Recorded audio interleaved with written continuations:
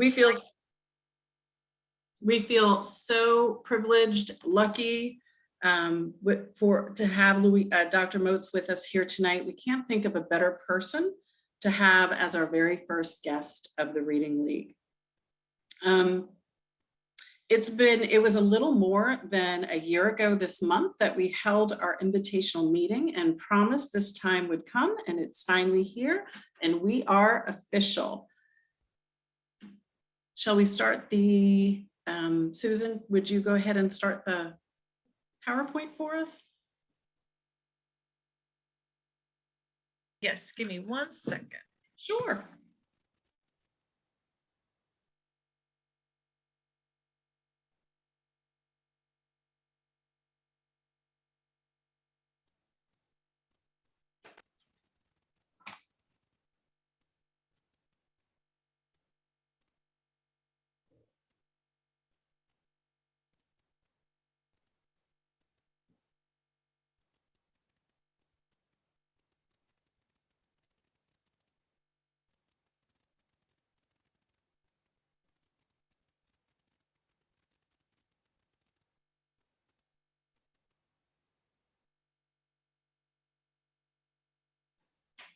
Great, thank you. So again, welcome to the Virginia chapter of the Reading League, our kickoff presentation tonight, a conversation with Louisa Moats and our chapter introduction. Next slide, please. Just want to share with you real quickly our vision, remind you of it. Every educator prepared to implement evidence-based practices to meet the diverse profiles of all students with the goal of becoming skilled lifelong readers. That's our vision, and we're so happy that you're here tonight to share in that. Next slide, please. Our mission is to educate every administrator, teacher, and parent to the research and evidence that has emerged from the science of reading through promoting understanding of how the evidence base informs classroom practice, to supporting educators to implement evidence-based practices by bringing together all stakeholders with shared missions around reading success for all, including universities, nonprofits, businesses, policymakers, parents, school districts, and other reading organizations, and by fostering equitable access to evidence-based reading services. I do want to thank our board for their tireless effort, their patience, and their humor as we have navigated through this process this year. For more than 12 months, we have over, 88 in attendance tonight, and I'm very excited about that. So that's a sign of great things to come this year. We want to encourage you to stick with us for the entire evening, since we will be offering wonderful door prizes, as you can see on this slide. We will be giving away a copy of Dr. Louisa Moats's speech to print book. We will be giving away a membership, 1 free year, to the Reading League Virginia, and thanks to Zainer Blosser, we will be giving away phonemic awareness kits for K, first, and second. Did I say that right, Donna, or should I? Yes, that's exactly right. We're very proud to be one of the sponsors of the National Reading League as well as the Reading League Virginia. Thank you. Awesome. Okay. So I want to remind you just a little bit of the format tonight. Most of our time will be devoted to a question and answer session with Dr. Moats, and questions, of course, will be focused on her 2020 article, Yes, Reading is Rocket Science. At this time, I'm going to introduce my colleague and board member, Dr. Emily Solari, to give a brief synopsis of the article. But before she does that, she is going to introduce her colleague and friend, Dr. Louisa Moats, our featured speaker this evening. Thank you, Kim, and thank you so much, everyone, for being here. Like Kim said, this has been a long time coming and a labor of love, and we've had to have a lot of humor in this process. So we're excited to be here tonight. I'm really, really happy to welcome Dr. Louisa Moats, who is a colleague of mine and has been very, very supportive of my career over the last few years. So I appreciate her very much. As many of you know, Dr. Moats is the lead author of the Professional Development Program Letters, as well as other well-known texts for teachers, such as Speech to Print. If you have not read Speech to Print, I highly recommend it. She's a nationally recognized authority on how children learn to read and why some fail to learn, and a widely acclaimed researcher, speaker, consultant, and trainer. Many of our teachers in Virginia are familiar with letters training, so I know that many of you are familiar with her work. She has published numerous peer-reviewed journal articles and chapters and policy papers. She has been a leader and advocate for the implementation of evidence-based practice in classroom settings and developing teacher knowledge of scientifically based reading instruction interventions. And we are really excited to have the opportunity to engage with her around this work tonight. She's been endlessly generous with her time, as evidenced by her coming to speak to us tonight, and her outreach to teachers and other professionals around the science of reading and evidence-based instruction.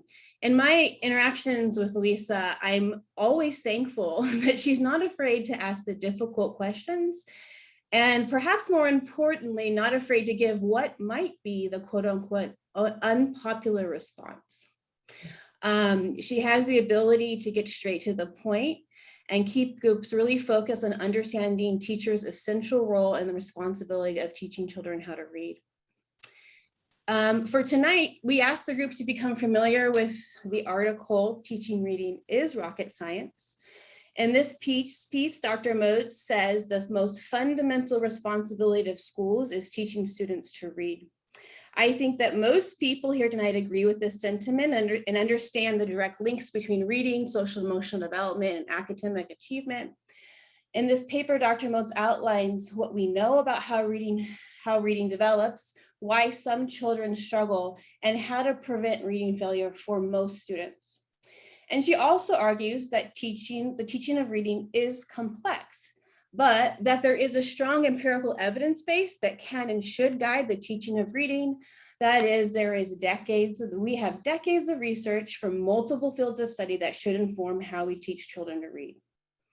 We know that classroom instruction is critical to teaching reading, and we know that evidence-based core reading instruction in the early grades sets the foundation for later reading success. I hope that over the next 40 minutes or so, we're able to engage with Dr. Moats around these topics, asking critical questions about reading development, the role of teachers, implementation of evidence practices, and professional development. So with that, please join me in welcoming Dr. Moats, and I will now turn this over to my colleagues who are going to moderate the question and answer. Good evening, everyone. My name is Angelique. I'm thrilled to be here. I'm sort of a fangirl of Dr. Moats. I spent my summer reading Speech to Print, and as I sit in my office, I'm looking at my notes from your book, Dr. Moats. So I'm very excited to engage with you tonight. Dr. Moats has been gracious with her time, so we will engage in a Q&A until about 5:50 p.m. Please feel free, the rest of you, to type your questions into the chat feature, and Abby, our Zoom master, will be monitoring questions, and we hope to offer Dr. Moats the opportunity to answer these questions as well. Sound good? So without further ado, I wanted to start with our first question. Dr. Moats, you wrote a first version or position paper of Teaching Reading is Rocket Science in 1999. What inspired you to rewrite the article for a 2020 audience? Yeah, well, thanks for that question. And I want to thank Emily for that very kind introduction. It's my pleasure to be with all of you. So what inspired me to rewrite the paper was that actually the Center for Development and Learning in Louisiana approached me with the idea that the paper should be rewritten. And one of the leaders at the time had a direct contact with someone who is in the literacy leadership role at the AFT and proposed that. So somebody else proposed that I rewrite it.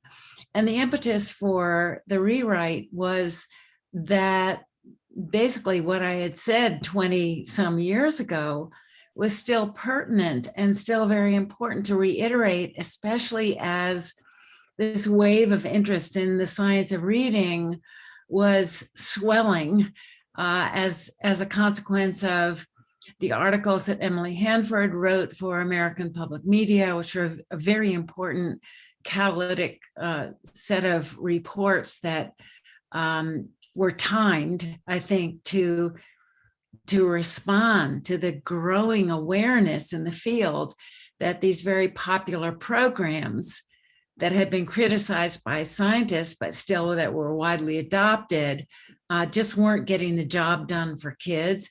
And that also coincided with very effective and aggressive parent advocacy, much of it through Decoding Dyslexia, through which several states had revised all of their guidelines and policies around reading instruction. So all of this was happening at the same time. And so when the AFT was approached, they thought this was a great idea. So I set to work on the paper. And in the process, of course, had to ask myself what had changed, if anything. So I think at the heart of it, not enough has changed at all. And that's why the paper needed to be rewritten. Now, while there are terms that are used in this current version that weren't in the previous version, there are certainly many updated references on the science of reading. There's certainly reference to the I would say, even more solid consensus around the frameworks and ideas that should be shaping instruction everywhere. The things I had to say about teacher education and teacher knowledge were pretty much the same as what I was arguing 20 some years ago, that was in fact also supported by the leaders at the AFT, which was great. The AFT has been over the last 25 years has continuously published articles about reading and writing and language instruction and learning that are among the best out there, and that have always been current, and that have always been written by leaders in the field who know what they're talking about. So I just felt that it was like putting a punctuation mark or something into, or emphasis into a message, and consolidation into a message that was at that point being carried in by a number of voices. So that's basically it. Thank you. Well, I think you've touched on this a bit, but one of the themes of the article is the dichotomy between an opportunity gap and a learning gap among our students. What does this mean, and how can we narrow it? Mm-hmm.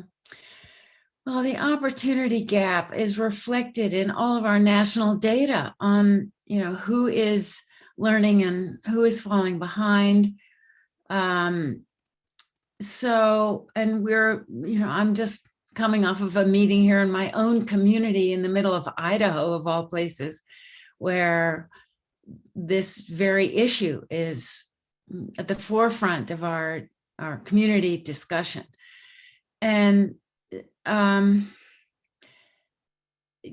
so I guess we could rephrase the question and say, how much of the disparity in the test scores of kids in various subgroups is attributable to simply lack of opportunity to learn by virtue of insufficient instruction and uninformed instruction, and how much is truly attributable to genuine differences in ability to learn. And after my, not only my education what other researchers have taught me about how many kids can and should learn to read if we teach them right. And my own experience working in high poverty, almost all African-American, schools in Washington, D.C., my own experience seeing that the kids could learn and make dramatic improvements under decent instructional conditions. I'm very much of the mind that most of the gaps we see between kids are opportunity gaps.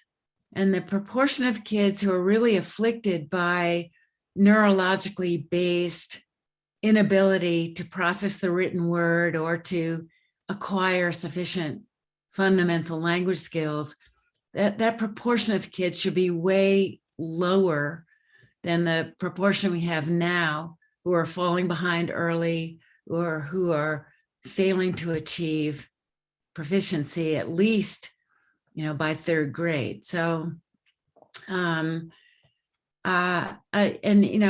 could say this another way. I personally have moved my own focus away from dyslexia, where I was very involved and very focused for a number of years. I was a clinician in Vermont, basically for 15 years or so, and had a kind of learning disabilities perspective on the cases I was seeing day in and day out. But over time, I've come to see again that the issue that we really need to focus on is the education of all kids in regular classrooms, first and foremost, because we can really cut down on the need for intervention by doing the right thing in the regular classroom. And that's why I'm very supportive of what the Reading League is all about. I think it's fabulous. And I think that the Reading League is the leading organization when it comes to propelling this movement toward the science of reading in all aspects of education and in terms of all the roles that people play. So the Reading League is the heart of this change that's going on. Thank you. Yeah, I think you answered one of our other questions. We were talking earlier just about how those sort of high percentage numbers of students who struggle to read has become very normal for many of our teachers. And so changing that mindset and really believing that children are capable as what needs to happen, I think. So, but you said it perfectly. Yeah. You saw with your own eyes that it does work. So thank you. It does work.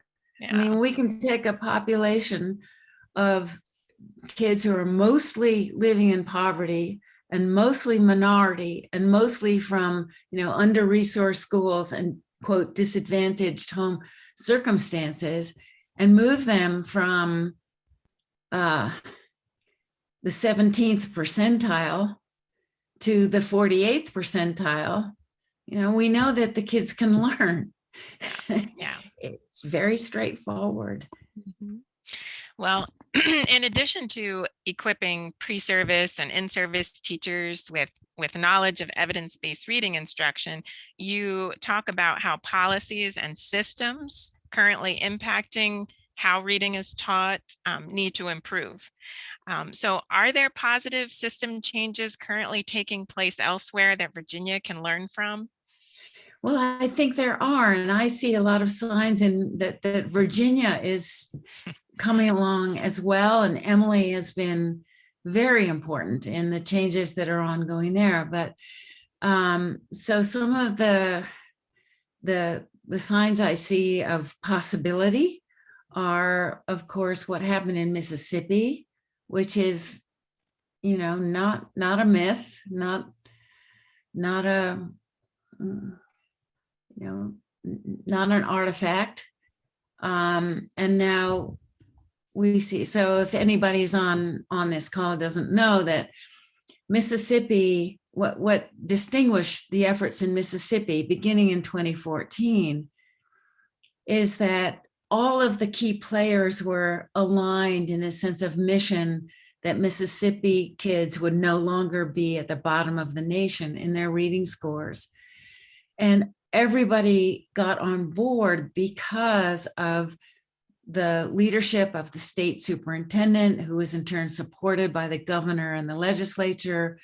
And she in turn had the funding from the legislature to imbue the entire educational system with access to knowledge and instructional tools and support in the form of coaching that would actually get the majority of teachers to change what they were doing, to learn to do better, and to implement better instruction over a sufficient period of time.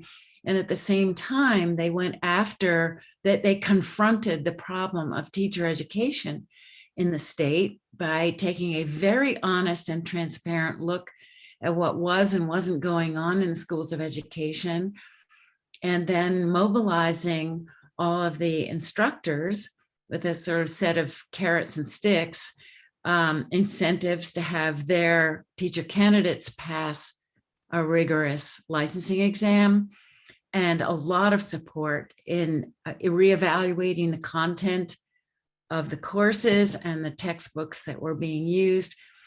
So all of it came together. And if you look at that whole the history of the state, there were very few blockades, I would put it that way, very few advocacy groups who were protesting, very few professors who refused to go along. I mean, there were some, there was a handful, but they were quickly marginalized by the majority, who recognized that they could and should do better by the teacher candidates.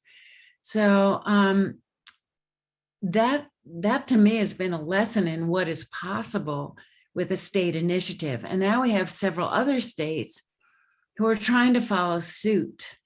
And we'll see, they're kind of trying to learn that lesson, but lining up all the players is perhaps not going to go as smoothly in some of these other settings, because some of the opposing forces may be more entrenched, or they may be larger states where it's more difficult to reach everybody who is a key player. Or in the case of states with prominent universities with an identity that's been established around maybe a certain professor's work, or contribution of instructional materials or assessments, there is a lot of inertia in the sense that the university doesn't easily let go of something that is, in essence, put them on the map, right? That other people say, oh, that's the University of so-and-so's institute.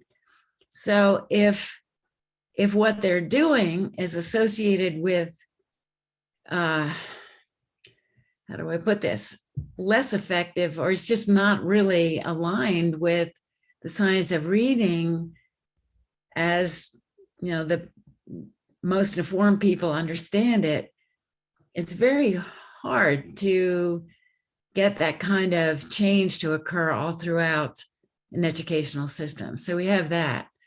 I also see, though, a lot of promise at the grassroots level, and the number of teachers who are flocking to, I guess it's the Facebook site and the Spell Talk site and these other sites. I am not much of a consumer of or participant in social media. I almost never post anything on social media.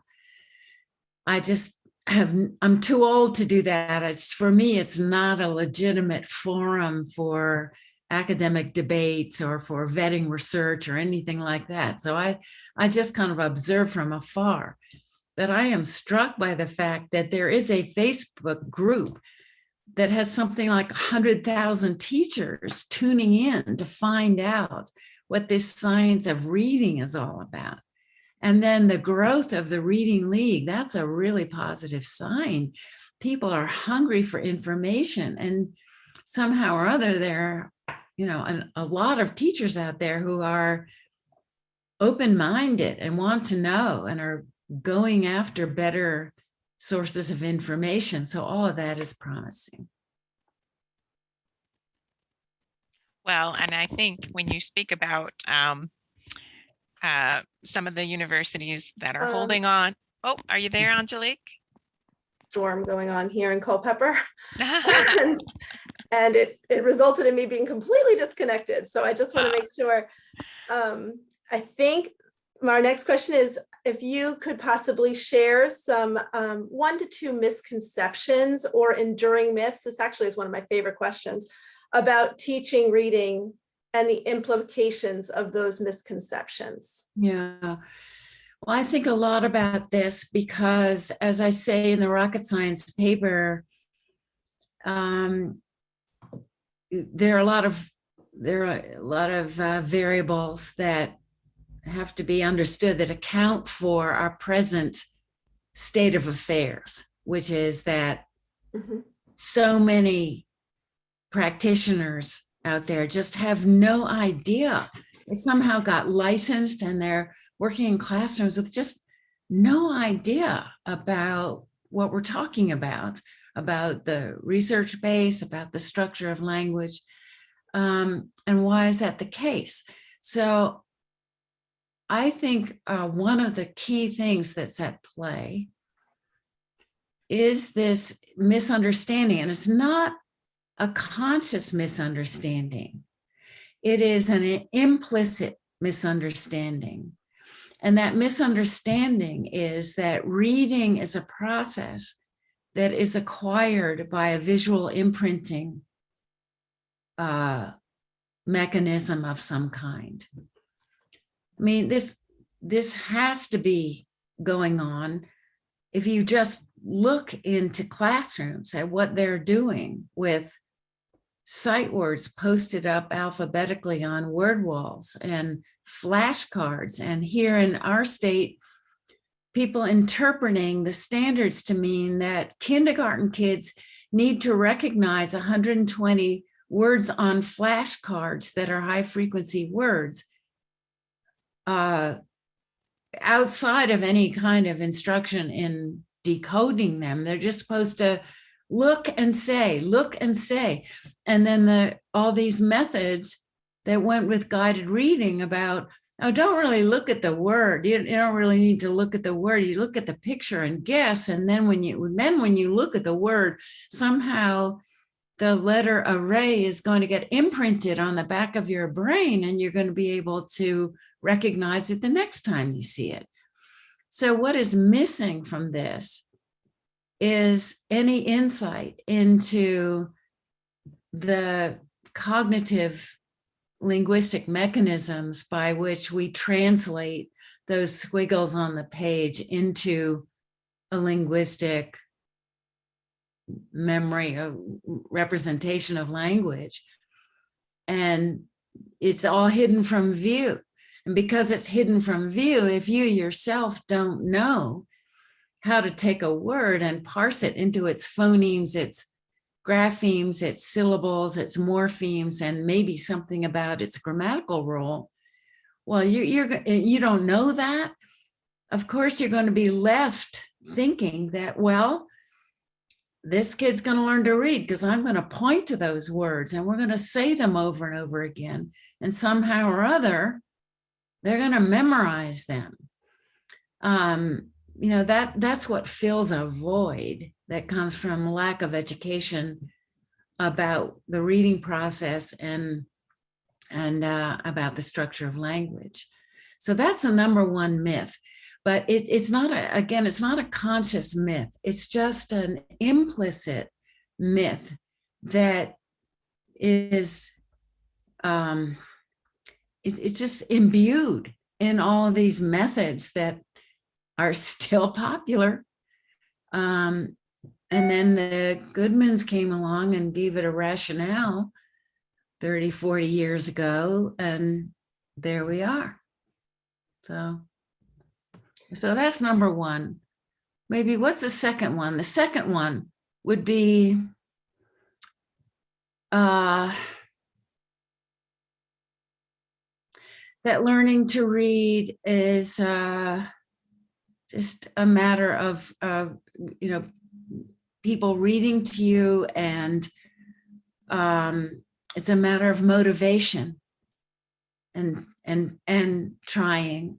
If you try and you're motivated as a student, and you get encouragement from a teacher who's really excited about children's literature, that kids should learn to read.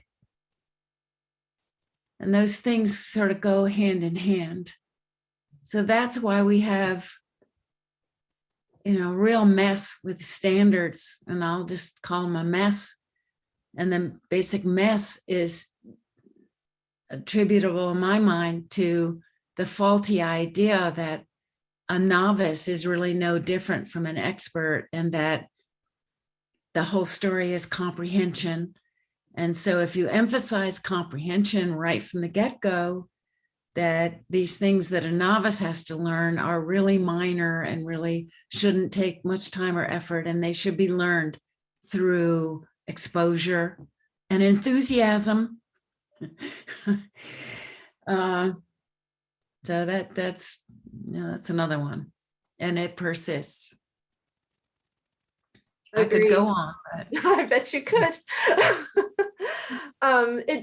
We were talking earlier, our group, about balanced literacy and that term, and I think it probably also came up in other contexts, like Emily Hanford's podcasts and articles, and whether can balanced literacy really coexist with scientific research based reading instruction? I think sometimes people are trying to marry the two. No, it needs to be replaced, because there's so many misconceptions that are driving those instructional practices.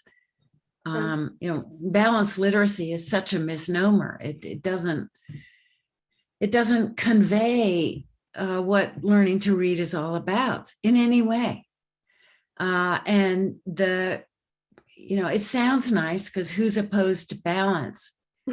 But their interpretation of what that means is completely off base. It's just not informed by an understanding either of the foundational skills part, nor is it informed by our understanding of how kids learn to manage academic language when they're reading and when they're writing, and the differences therein.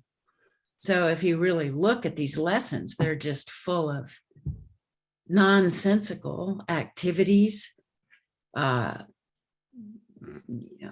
writing words in little boxes so that it matches the shape, and covering up words and guessing when you're spelling, having a go, just have a go at it. Well, let me teach you how it works. Just go for it. Or anybody who really knows their stuff and opens those books and looks at them is just going, where in the world? How did these people put this one over on thousands of teachers? It's just remarkable. Dr. Rhodes, as a follow-up to that, we've had kind of a related question. So how would you suggest that we support teachers who are hesitant to let go of guided reading because they've seen some success with it in the past? Maybe hasn't impacted all, but if you had one kind of selling point that you would share, what might you say? Kind of help them make that switch.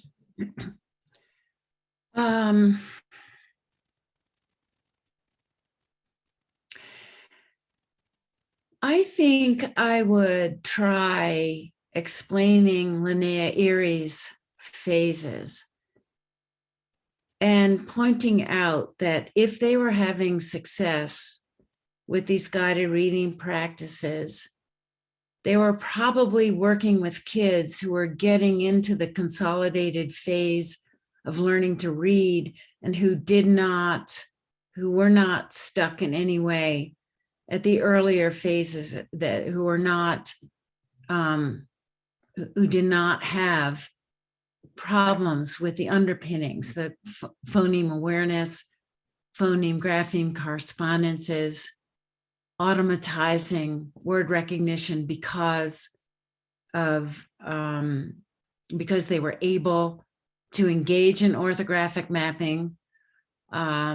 So if you could characterize the students they were having success with in terms of a really valid scientific model of how learning to read takes place, and then say, well, basically your kids who are learning because you gave them some more practice and they were kind of learning in spite of the way you were teaching. I mean, I'd find a nice way of saying that.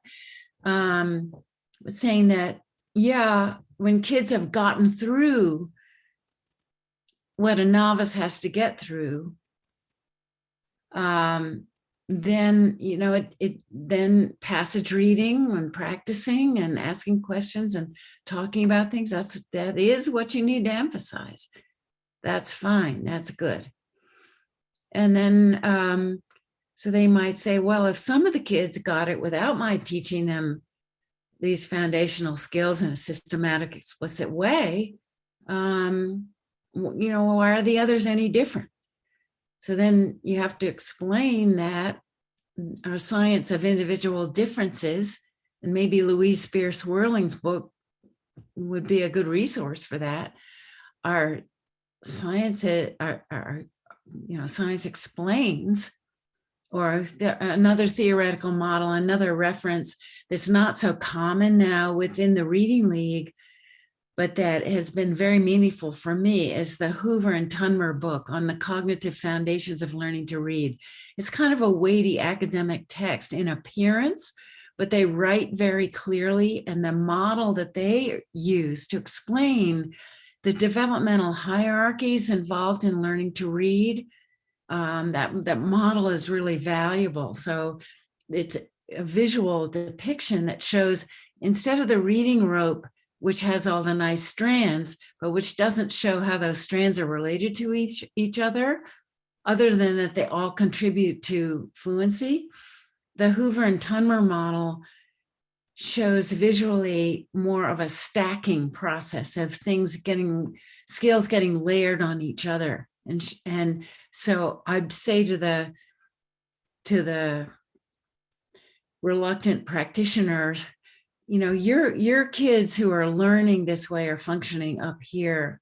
The kids who aren't learning haven't gotten the foundational skills, the building blocks, the bricks that get built into that wall, and hope that it makes sense. And then you have to show them by showing a kid going through a simple phonemic awareness task, that they can't separate the blends in a one-syllable word or whatever. They don't know their short vowels, whatever. You have to show and illustrate through, just look at this kid, and then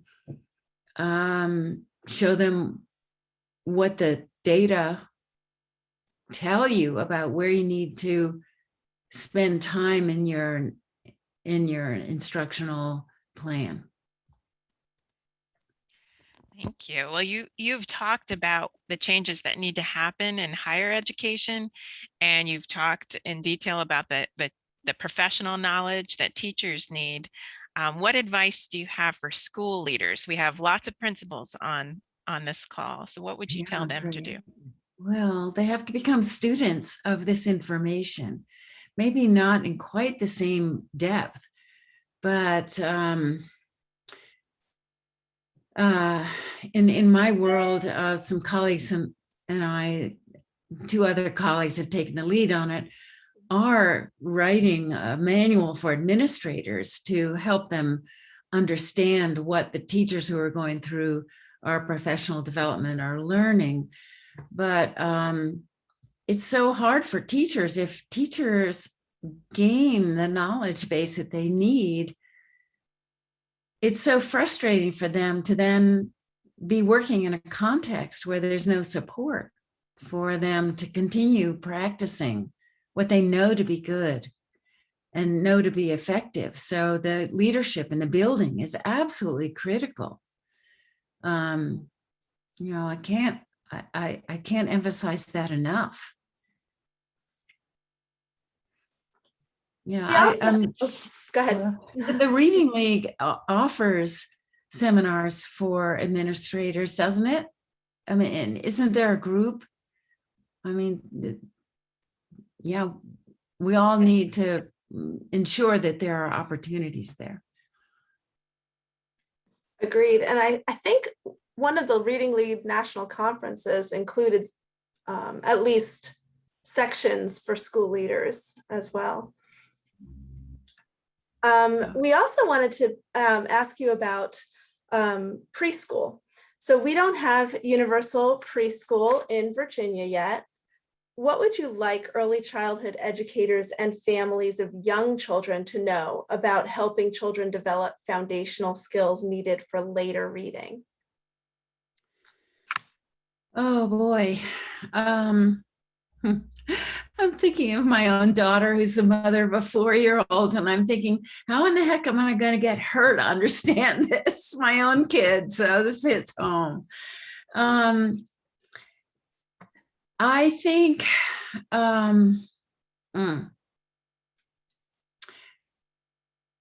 we need to have workshops for parents to learn to do simple things with their kids and show them without burdening them with all of the professional knowledge that a teacher ought to have in a classroom setting. Just show parents simple instructional things, starting from the very beginning, and encourage them to start with, especially with their 4-year-olds, if they haven't started already, understanding wordplay, at the pre-phonemic level and then the phonemic level, if the kids can handle it.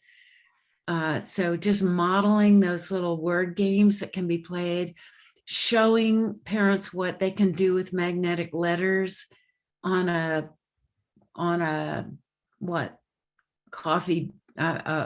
cookie baking sheet, showing them where they can get the simplest kinds of early readers. And then finding the sources on the internet that are designed for parents to work with their kids at home. Now, of course, as I say all this, this is going to be, in a way, accelerating the gap that we started talking about, because it's the better educated middle-class parents with facility on the internet and time to engage in these things who are going to take the most advantage of this kind of guidance. Also give them guidance about screen time.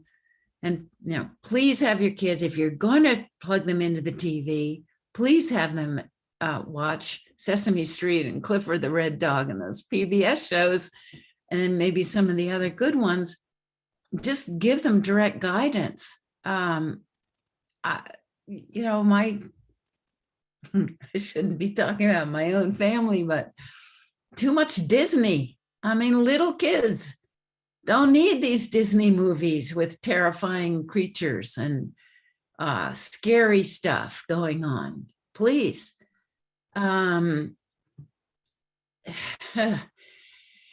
Yeah, but the ones I worry about are the families where the parents are just struggling to carry on their multiple jobs and don't have the knowledge of how important it is. And the other thing I would say is show parents how to talk to their kids and how to read books. I mean, I see this in my family.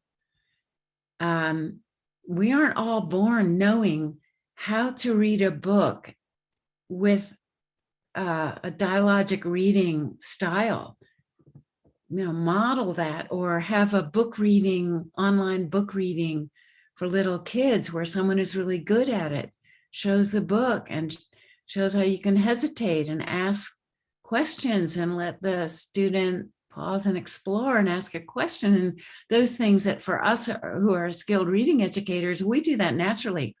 I see tons of people who don't know how to do that. They'll pick up the book and read it as fast as they can. That's not the point.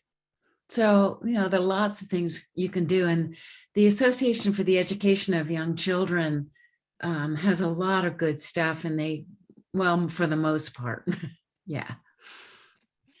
Well, you hit our youngest learners with the pre-K. I'm going to ask you about the older students now. You talk about closing reading gaps in upper grades that requires greater time and effort and emotional strain for the children and the teachers. So many of our divisions are currently prioritizing that professional development for, their elementary educators. So in the meantime, what do you think is the most helpful knowledge for our secondary education teachers?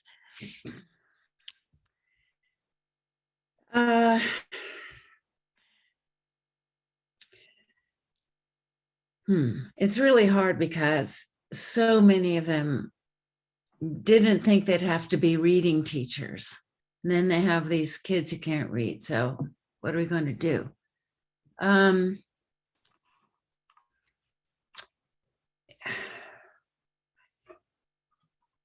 It's hard to know where to start, because the kids who are reading below a fourth grade level, if they're sixth grade and up, really need about an hour and a half a day if they're going to accelerate their relative standing and close the gap at all.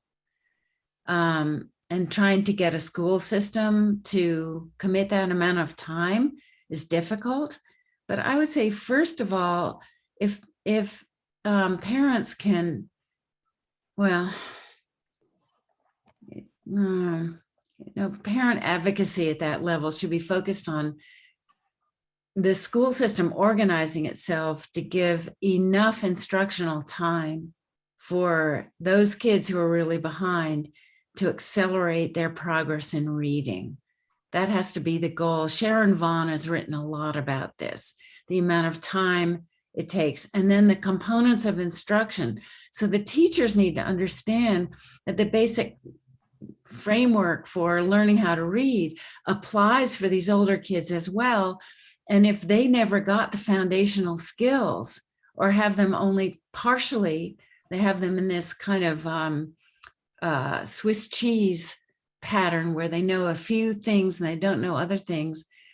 Well, it's the biggest payoff is going to come from a combination of remediating those foundational skills as efficiently as possible, but also spending at least as much instructional time on vocabulary and academic language development and learning how to navigate a written text from the standpoint of its organization, the kind of language you expect, how to read in a way that's going to have the most payoff, like starting to read with a purpose and questions in mind, instead of just starting at the first word and hoping you get through to the end. And those kinds of active reading strategies, those metacognitive approaches or executive function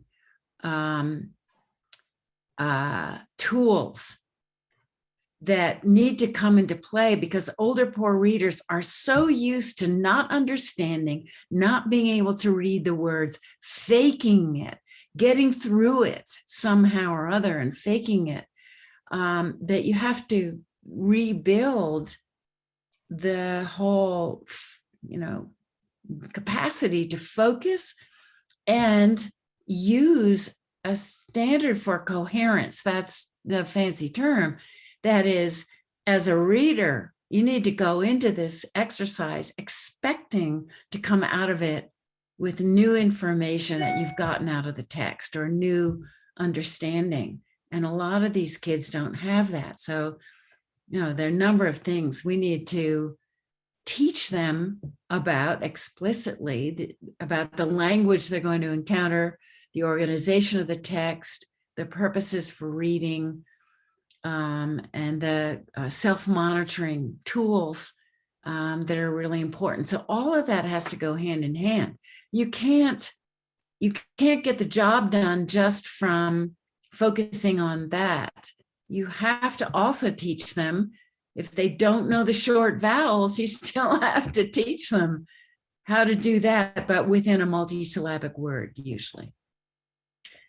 Well, I know our time is up with you, Dr. Moats, and I want to thank you so much. I think you've given us really concrete sort of tasks as far as our advocacy work and what we can do for higher ed, for school leaders, for teachers, for pre-K teachers, for high school teachers and middle school teachers, so and parents. So I feel like you've hit so many stakeholders in these answers.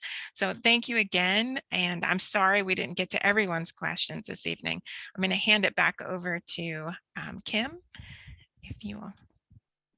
Thanks, Jen. Mhm. Dr. Moats, we just want to thank you for your time this evening, for sharing with us your incredible knowledge and insights. We are truly honored to have you as our very first guest of the Reading League Virginia, and we hope that you will consider yourself an honorary member of our chapter. You mentioned and as soon as we get t-shirts, we'll send you one. But you mentioned I have a Reading League t-shirt. Yeah, not but a Virginia one. Okay, I don't have a Virginia one. Okay, thank you. I'd love it. We'll send you that as soon as we get them printed up. You mentioned the Reading League, the National Association as a propeller, moving forward, the evidence-based practices and the science of reading in classrooms. You mentioned your own shift from focusing on students, with dyslexia and more in changing core in reading. And on behalf of the board and the membership, we are just thrilled to be a part of that national organization and part of experts such as yourself in moving forward evidence-based practices based on the science of reading. So we're just excited to be a chapter. Thank you again for being our very first guest. We hope you'll consider coming back at another time and spending some time with us. And as soon as that t-shirt is ready, it's going to be sent right on out to you. And I'm going to turn it over to Diane, who is going to kind of close us out with some prizes. Yes, and Susan, I think you're going to share your screen again, and then I have some of my other board member colleagues that are going to call some numbers and announce some prizes and winners, and then I'm going to tell you a little bit more about membership. Hi there. This is Lauren Ziegler. We have randomly selected some winners for our 3 prizes. Lacey Hurst is the winner of the speech to print book.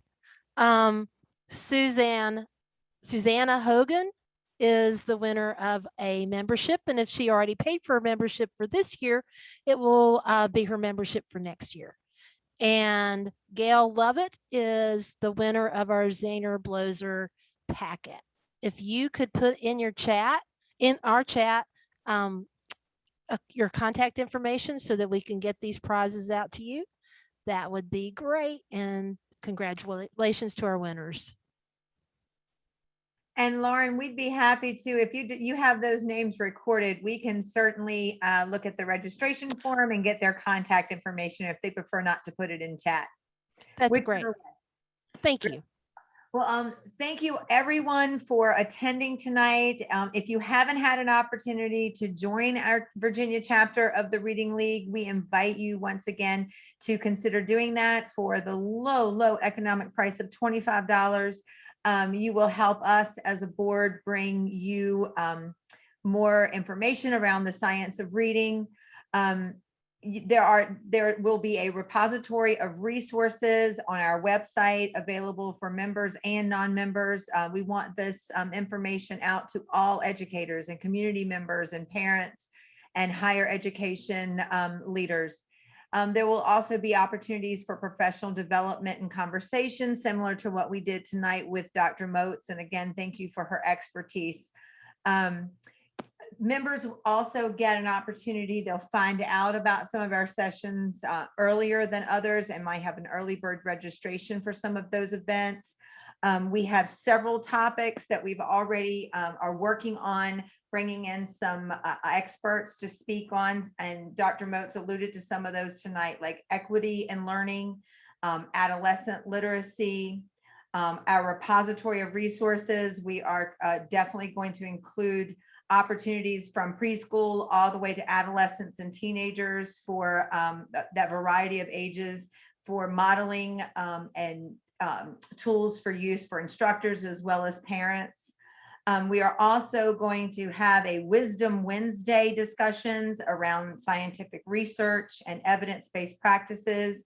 We'll have conversations about misconceptions around teaching, reading, and writing, and then give you an opportunity to network with other professionals and other community members and people in the state of Virginia and beyond. So I hope that you will consider either visiting this link. I will be emailing you out another email with the link you could just click on, or you're invited to use the QR code on the screen. So again, thank you so much for attending our kickoff. We will be in touch very soon once we get confirmation from some of our guests and what our next topic will be specifically and date, and with our website link. So thank you and have a wonderful rest of your evening.